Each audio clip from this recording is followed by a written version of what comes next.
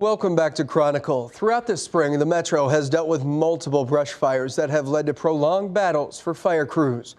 On March 30th, this field fire scorched stretches of grass near Plattsmouth. Multiple fire departments battled the blaze for hours before it was finally extinguished. And just a week ago, a fire scorched nearly 700 acres near Lake Wakanda along the Missouri River. Thanks to a team effort, no homes burned. As Chronicle's Sean McKinnon reports, National Guard troops stepped in fast to help. Scorched fields and blackened trees show the scar of this weekend's 700-acre brush fire. You can still see the remnants of a smoldering log on the Iowa side of the Missouri River. This fire, much larger over the weekend, though, spreading from the Iowa side across the Missouri River to the Nebraska side. The fire then spreading miles north of it into the hills, where firefighters, multiple agencies, and the National Guard fighting on steep faces with trees on fire falling all around them. There's a lot of turning over logs, and we were cutting trees apart and cutting down trees that were on fire. Gage Boyce fought the Cambridge and Holdridge fires last year. This weekend's blaze, a challenge, but more manageable. I would say this one probably wasn't as bad as those two. The weather conditions were a little more favorable. Today the wind was a lot slower, and then we got that rain last night that really brought the humidity up. It slowed the burning down quite a bit. A moment of quiet and a chance to refuel for Nebraska National Guard fire crews, and a break from the skies and constant water drops for the UH-60 helicopter crew. Chris Spangler, Murray Fire Chief, says hand crews trekked the hills to meet the fire where it was. Today is a lot of walking. It's steep ground there, so they can get UTVs up there, but they're bigger trucks now. That forced Boyce and crew to tackle the flames way up in the bluffs. We took a hand crew in, so we went to all the spots that all the vehicles couldn't go.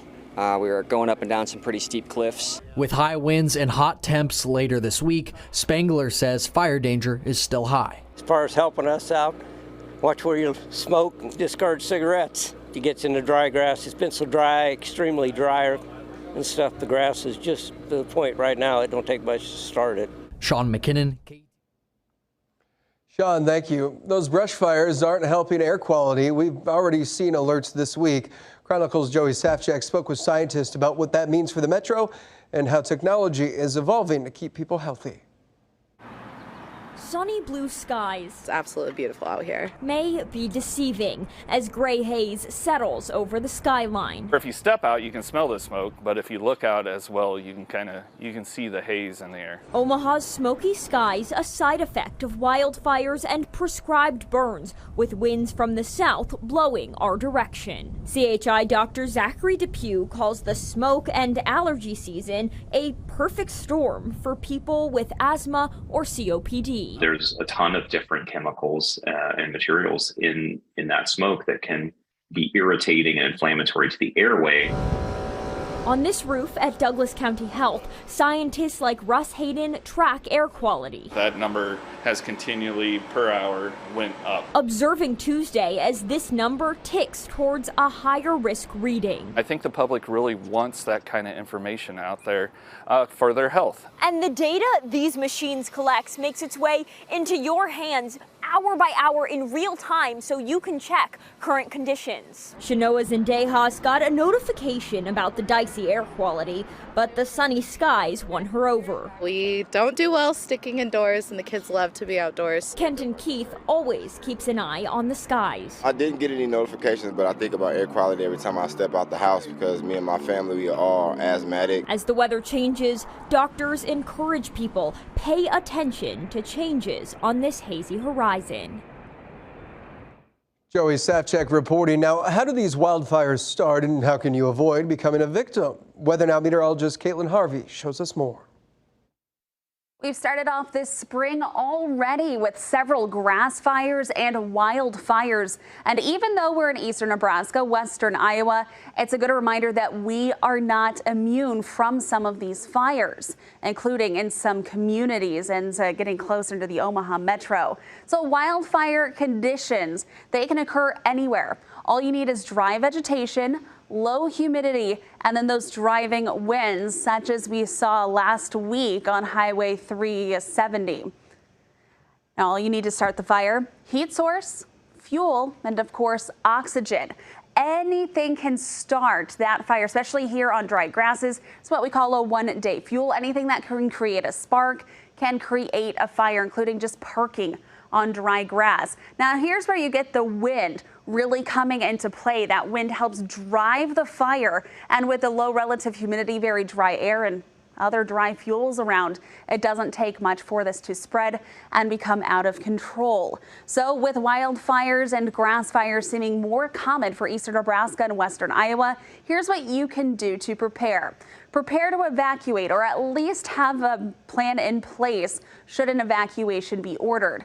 Listen to emergency channels and know the status of the fire. Of course, we'll help you track those fires and wind direction as well, and put emergency supplies and must-have items in your car so you can evacuate as quickly as possible. Not only do those wildfires, of course, bring a threat to life and property, but air quality, we've seen that to fall as well. Good air quality is when we have no issues whatsoever.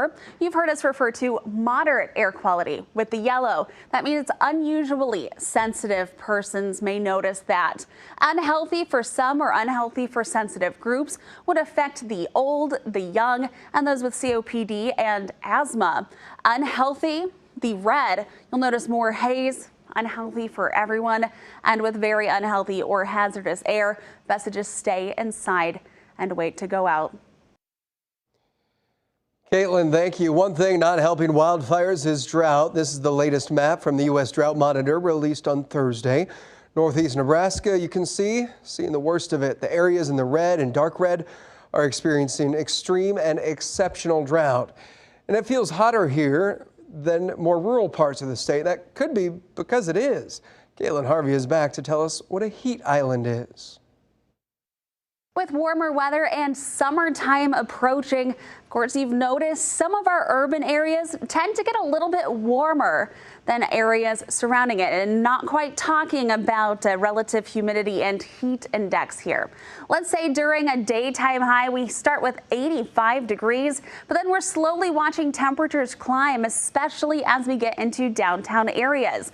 Well, as heat emits from cars, buildings, and other factories, it seems to get trapped with less shade, less cooling from evaporation, evapotranspiration. That heat really doesn't have anywhere to go. Asphalt, dark rooftops, and of course those dark colors, black bodies, all retain that heat. So that's typically on an 85-degree day, while we'll see cities, even Omaha, could climb up potentially into the lower 90s.